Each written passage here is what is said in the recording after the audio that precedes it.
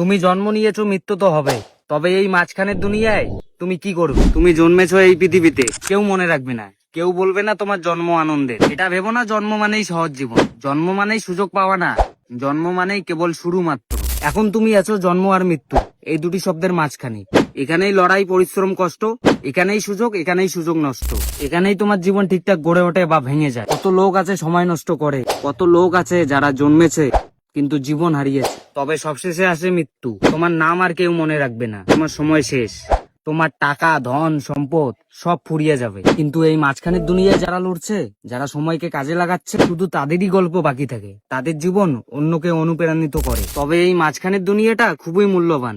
এখানেই তুমি চেষ্টা করবে, এখানেই তুমি শিখবে, এখানেই তুমি তোমার নিজের শক্তি দেখাবে। জন্ম আর মৃত্যু তোমার হাতের বাইরে, তবে এই মাঝখানের দুনিয়াটা পুরো তোমার হাতে। একটা কথা সবসময় মাথায় রাখবেন, জন্ম যেহেতু হয়েছে, মৃত্যু তো হবে, তবে এই মাঝখানের দুনিয়াটাই তোমাকে লড়তে হবে। নিজের জন্য না হলেও তোমার পরিবারের জন্য তোমাকে বাঁচতে হবে।